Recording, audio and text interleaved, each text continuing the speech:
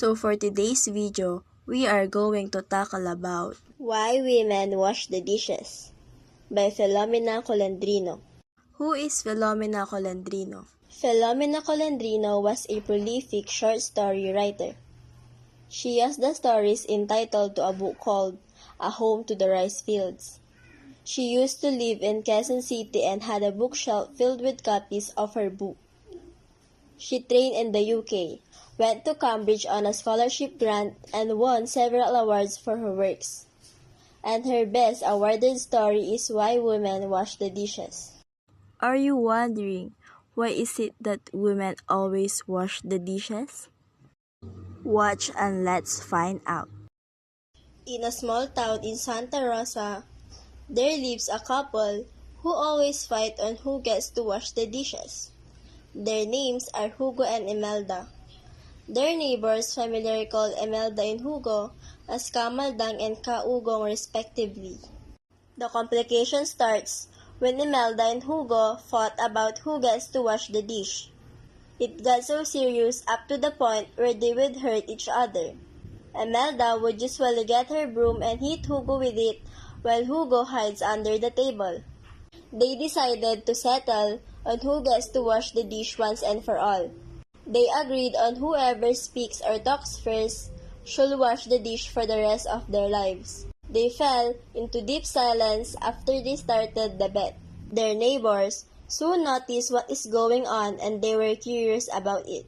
They took turns on trying to get them talk, but not a single word was uttered. A friend of Kaugong got worried, so he approached to a herb man to find out what is wrong with the couple. The herb man came in the house and asked the couple to lie down on a woven burial mat. Kaugong obediently followed, but Kamaldang refused to lie down. The herb man suspected that they were bewitched, possessed by evil spirits. So he produced from a small bag 9 pieces of betel leaf, an areca nut, and a little lime from a tiny bone. He examined the leaves closely to choose those which had veins running in identical arrangement on each side of them mid-rib. He cut the nut into 9 pieces. He spread a little lime on each betel leaf, rolled them and wrapped them around each piece of areca nut. He now had 9 rings of the leaves. The herbman said that this represents the lost spirit of the couple, he said. He chewed the leaf and nut. He spat on his palm, dipped a forefinger of the other hand into the nut-colored saliva, and marked with it a cross on the forehead of Kaugong. When he was about to mark Kamaldang's forehead, she caught the herbsman's finger and twisted it. The herbman screamed because of the pain. The herbman, together with neighbors, kept on chanting, "Kamaldang and Ugong, come back to your bodies now," until the herbman decided to bury them so that the evil spirits that possessed them would not spread among them. The herbman ordered the men to gather bamboo to build a coffin for the bewitched couple. They ought to bury them at sunrise.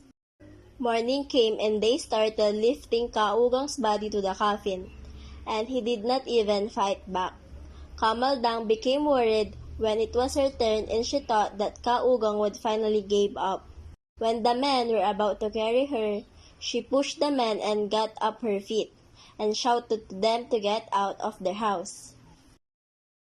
Kamaldang got up, and when she lifted Kaugong's coffin, he immediately got out and ran to the neighborhood with joy, because Kamaldang talked first, so he would never wash a dish ever again. And that's the story why women always wash the dishes.